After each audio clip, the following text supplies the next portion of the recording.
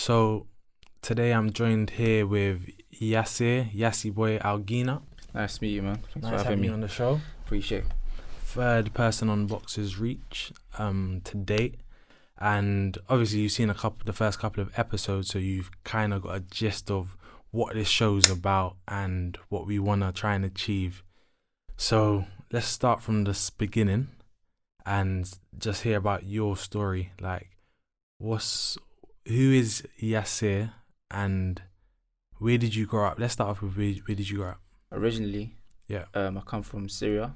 Syria. Yeah, my Was mum. was you born there? I was born in Syria. I came here when I was about 3 years old, so I was basically brought up here. Mm-hmm. My other side, mom's Spanish. Okay. But I speak Arabic. But my mum passed away when I was young, so I never got a chance to meet her. So Sorry to learn about the Spanish, I think it's alright. So my dad raised me. We came to this country, I think when I was about 2-3 years old. Just me and my father. I was raised in Palmer's Green. Palmer's North London? Yeah, I was there for about a few years, Mm-hmm. and then moved down to Colindale. Mm-hmm. Lived in Colindale, and then now live in Finchley. Okay, so what age did you move to Colin now then? I think I was there from reception to about year two, Okay. and then I moved down to Finchley, and then I went to primary school there from year 3 to year 5, and then I went to secondary school still in North London. And right now you're still living in Finchley? Still living in Finchley about 15 years now. 15 years. So what was it like growing up in Finchley? It's quite a nice area. It's a nice area, the people are nice. It's a lovely area, we've got shops, we've got Hollywood Bowl around the corner. Mm-hmm. All my friends are local, and yeah, it's a lovely area, man. There's no violence. Mm-hmm. Well, there used to be back in the day, but it's quieted down now. How would you say life's been so far, growing up without having your mum there and stuff like that? Just it being you and your dad. To be honest, my dad got married Yeah. after, and my stepmom I basically take that. My stepmom just does what a mother does, She does everything Mm-hmm. for me, what a mother does. So I still take it as, obviously I still got a mum. Mm-hmm. But I just never had that feeling since young to see what type of, like, I was too young to understand. Yeah.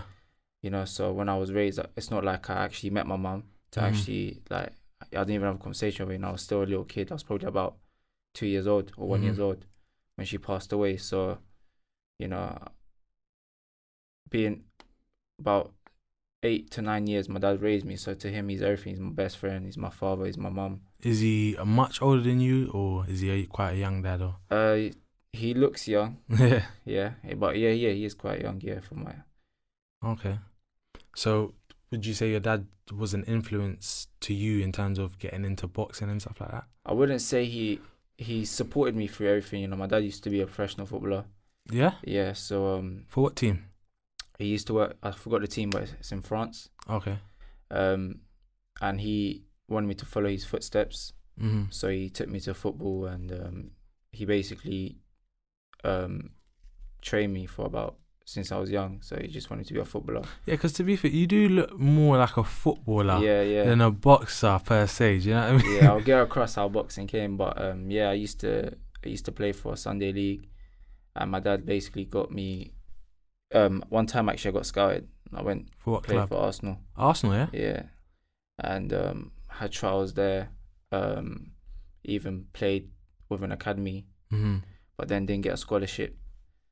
And then I just went off the rails. Started hanging around with the wrong people. Mm-hmm. Smoking weed. Mm-hmm. And just getting into trouble.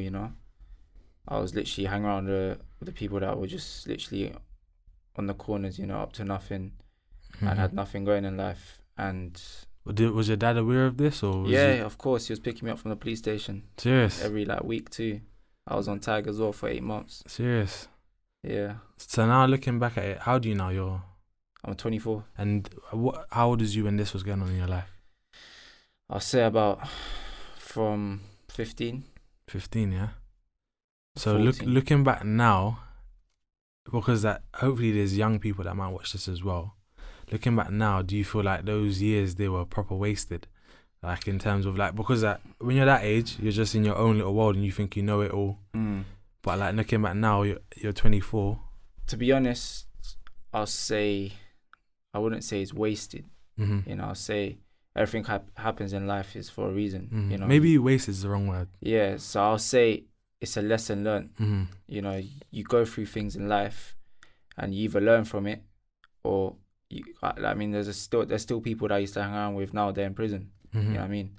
So that's it. Their life is wasted. That's wasted. Mm-hmm. I turned my life around. You know, exactly. like, yeah. I'll say everyone's been through that stage in life where they think they're a bad boy. Yeah, or they think they're the bigger man. But we go through that life and we got to learn from it, and you know, we pass it on to our kids and grandkids, and just, you know, take it as experience. You know, because I used to hear it in my ears from everyone older than me. You know, like even my older friends that was about 22, 23 at the time, and they tell me that I've been there, I've done that. Obviously, you just don't listen. But did it? I'm gonna ask you this because obviously you said your dad was a professional footballer, so obviously I don't know your situation to the fullest, but I take it that he was okay. So from his perspective, was he kind of confused why you was going down that road when you had such a privileged, to be honest, start? My dad literally, he lost everything because he had an injury. So when we came to this country, we came with nothing. You know, we was living in a hostel. Wow. In Palmer's Green. So when I look back now, obviously at the time I didn't know what money was. I didn't know what nice cars or, you know, financially, I didn't know what anything was. Like, I didn't know what it meant. You know, to me, I was just with my father, and that's what it meant. So even if I was sleeping on the street, I wouldn't know. But now I look back and see how far my dad's come now. It's mad, because that everything I do now, I do for my family. So this whole boxing, I do it for myself because I want to achieve something, but at the same time I do it because I want to give back to my father because he's done a lot for me. Okay, so how did you actually end up into boxing, and how did you fall into it? I used to get in a lot of street fights. Yeah. A lot of street fights, and I had ADHD. I had anger issues. And yeah, man, there was one time I just getting into trouble, and then I think it was my counsellor that forwarded me to boxing, one of the police officers. And literally, they took me to Finchley ABC. They said, like, if you like fighting so much, then at least try to do it properly. So I went down to Finchley ABC, and then ever since then I didn't look back. You know, I came in, as soon as I walked through the gym, first time I see boxing bags, first time I see people doing pads, sparring, I'm looking around, I was amazed. You know, I was like, wow, this is exactly what I want to do. So it was just love at first sight, basically. And that's it. Yeah, I went on the Sean Murphy, took me on the pads. Big up, Sean. He straight away, he told me, he's like, yeah, you've definitely boxed before. And I said to him, nah, I've never touched gloves in my life. So you was a natural, yeah? It just happened, yeah. So that's from there, I just knew straight away. So how old was you at this time then? I'll say I started late. I started about 16, 17. It's not too late. Yeah, not too late. But to be fair, it was obviously a lot of people start when they're about 12, you know, about 13. But I'll say I was just blessed with natural athletic, you know, skills, and you had a natural knack for it. Yeah, I just literally picked it up so quick, you know. Like my first spar, I sparred with experience. I think he had about like 12, 13 fights. And I beat him up in sparring, you know. So it just showed that obviously it was just natural to me. So how was your amateur career then? Did you do well, would you say? Yeah, so when I first started, the first week I just carried on saying to Sean, I want to get carded. And he's like, nah, you need to wait. But I got carded quite quick because all I wanted to do was fight. But yeah, I finally got carded. I had my first couple fights, and then I went on to I had that 44 fights. I've boxed. I've won a silver medal in the box cup. Okay. I've won the London CYPs. I've boxed in Germany. I became London champ. I boxed a few other guys as well, top names like Jordan Reynolds. Oh wow. He's on GB at the moment. So, I've had a lot of experience in the pro game. I mean, in the amateur. Okay, so did you win any ABAs or anything like that? No, I didn't win no ABAs. But people said to me that obviously I've got more of a pro style. I was more the first 2 rounds. I'm just warming up. I wasn't too much. I didn't really have too much of an amateur style where it's just pitter patter. But I finished my last fight on the ABAs, and then this when I said it was time to turn pro. And then ever since then, I've been training with Xavier Miller, who's basically made me a whole different fighter. I sit more on my shots now, and I've got power that I didn't know that I had.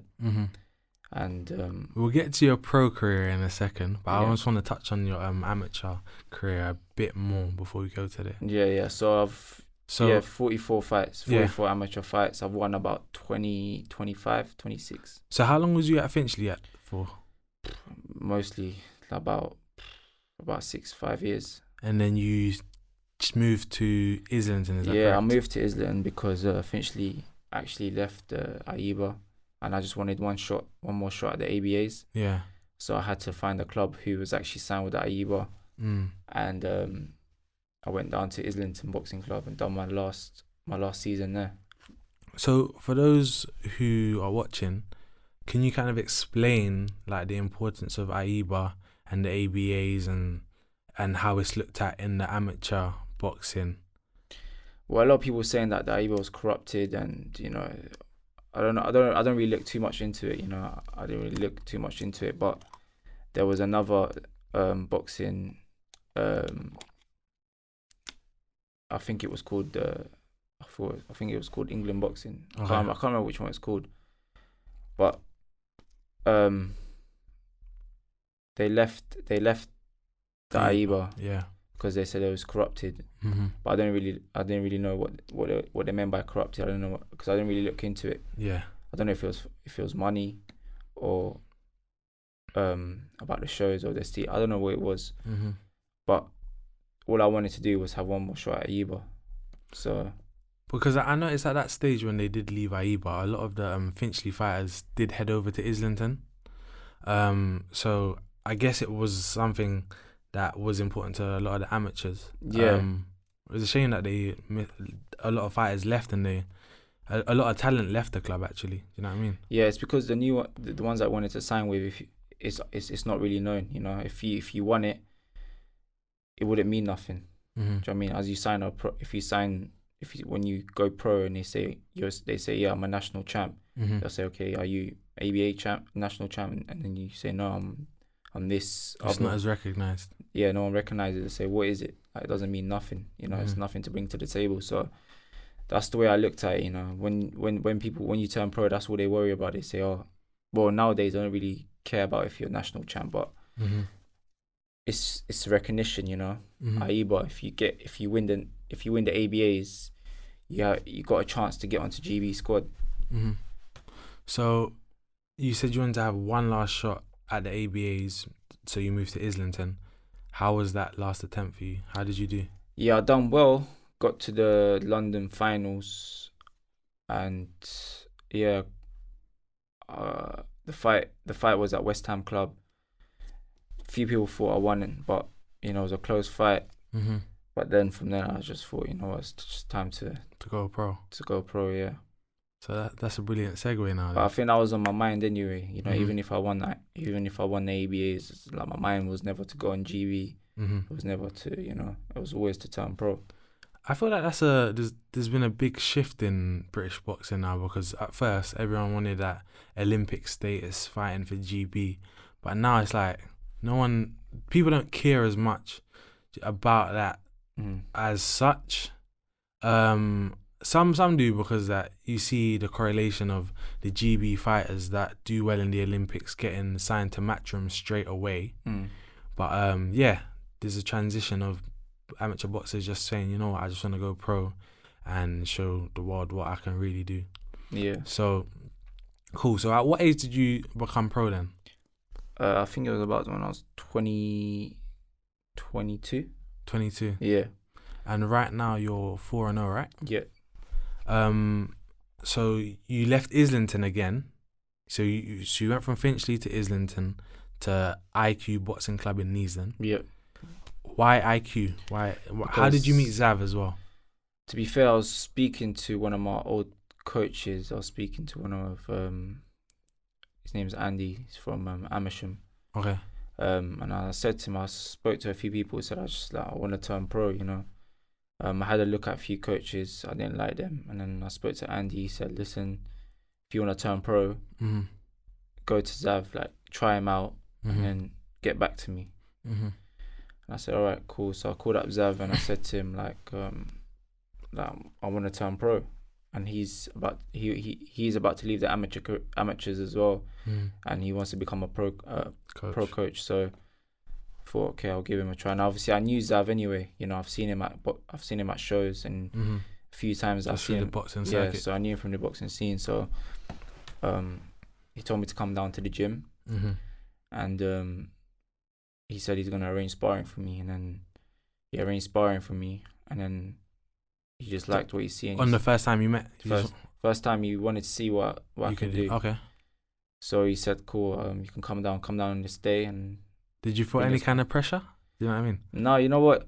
I've always been, from experience, I've always been relaxed. Obviously at the start, I was nervous and stuff, because obviously the whole scene was new to me. But that's what I mean, 44 fights, fighting in big crowds, fighting in big arenas, it's just experience. So I wasn't nervous, because I knew what I can do and I knew what I'm capable of. So I was more confident, I was just composed. And yeah, I went down 4 rounds, done 4 rounds sparring, and literally after the sparring session, he told me to come to his office, and he said, yeah, cool. So he was happy with what you saw then? He said, yeah, I'll take you on. And then ever since then, we've been together. So I touched on this in my last interview with Adrian Redman, and he said he was signed by Steve Goodwin as well, and you're also signed by Steve Goodwin. How comes? There's also a common correlation with the fighters that just turned professional, that they signed to Steve Goodwin. Why is that? What's so good about Steve Goodwin? I spoke to Zav, and obviously he's the one that recommended Steve. I didn't really know the pro game too much, and I've heard a lot of good things about Steve. Steve is the 3rd best promoter in the country. And he's got good connections. He's got good connections with Matchroom, good connections with Frank Warren. So Steve he's a good promoter. He can give you, he can actually help you out and give you opportunities, big opportunities, which I've seen myself. So that's the reason why I signed with him. What are some of the opportunities you've seen Steve give? So those that are looking to turn professional, they can kind of see what Steve has to offer. Well, obviously, you can sell tickets, or if you can sell tickets, he can get you on the big platforms like Matchroom. He's really good friends with Eddie Hearn. So you can just call him up and get you on a Matchroom show easy. And he's really good with title shots, like Southern Era title, English title. As you can see, my stablemate Yusuf now is fighting for the English title, and I've had my other stablemate K Prosper, who just become the English title champion.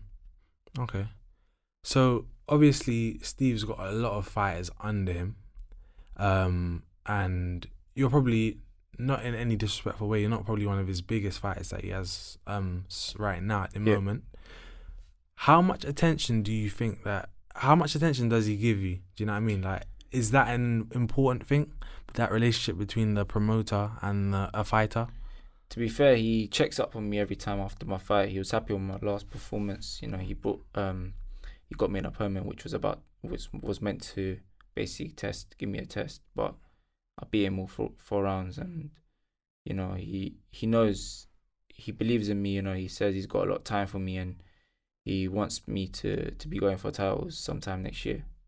And how frequent are these conversations? He messages me there and then,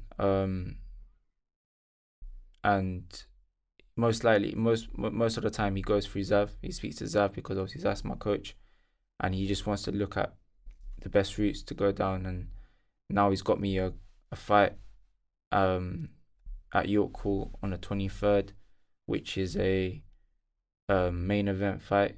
So you're headlining it, I'm yeah? headlining the event, and it's apparently it's a 50-50 fight, you know. So after this fight, This is your fifth fight, yeah? it's my fifth fight, yeah. Repeat the date. 23rd of November. 23rd. Okay. So everyone listening, 23rd of November.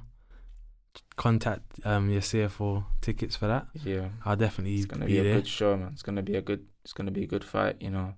And this is what I've been training all my life, you know. So it's what I signed up for. So it's time. That's why now I'm locked away for 6 weeks, you know, training camp.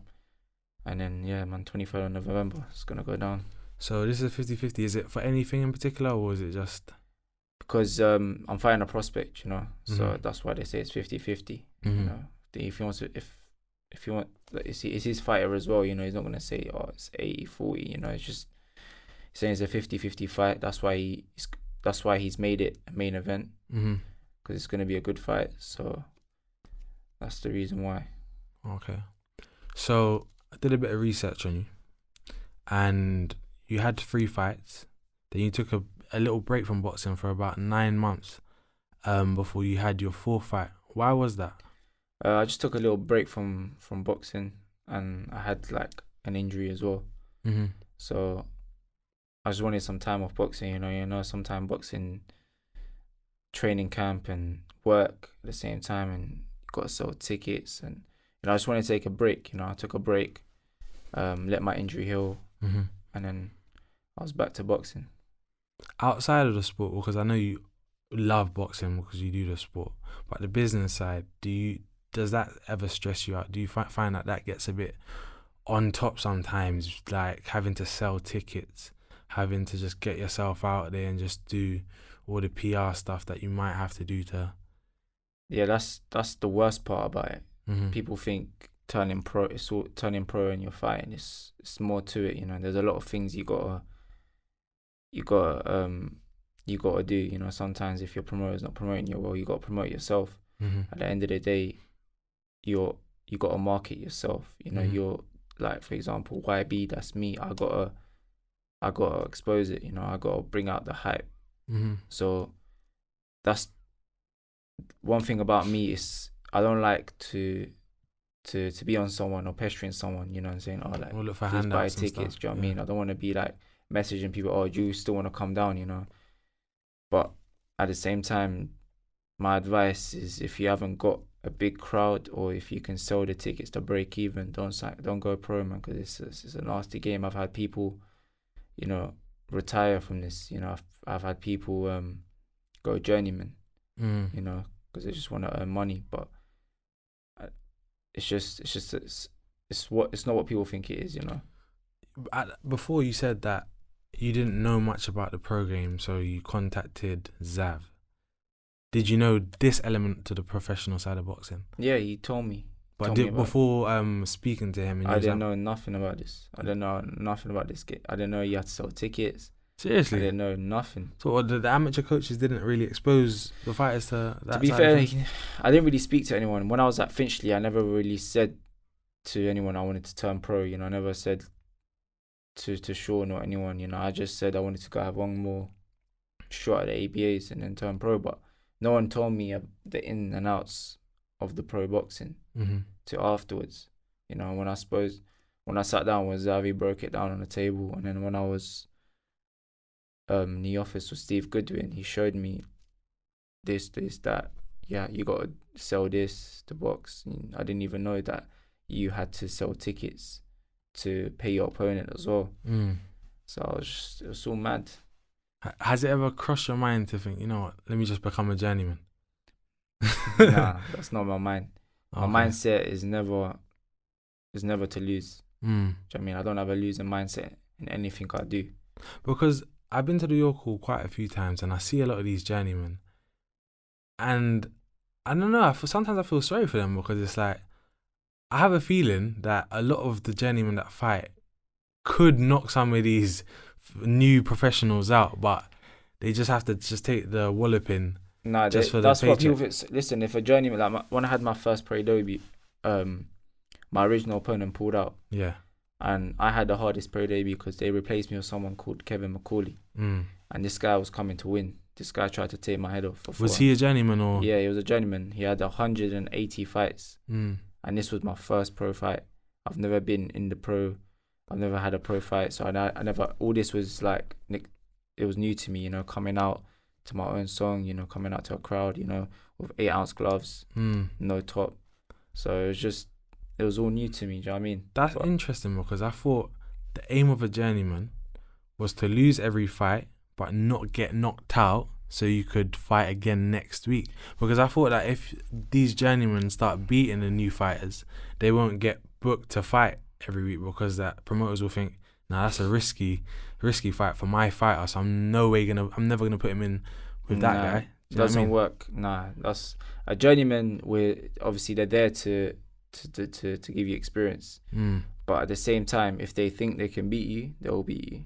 I've seen journeymen knockout guys. Do you know what I mean? If they think they can beat you, they'll beat you. And sometimes when they're fighting on bigger platforms, which I've seen, like one guy I fought, Lee Hallett.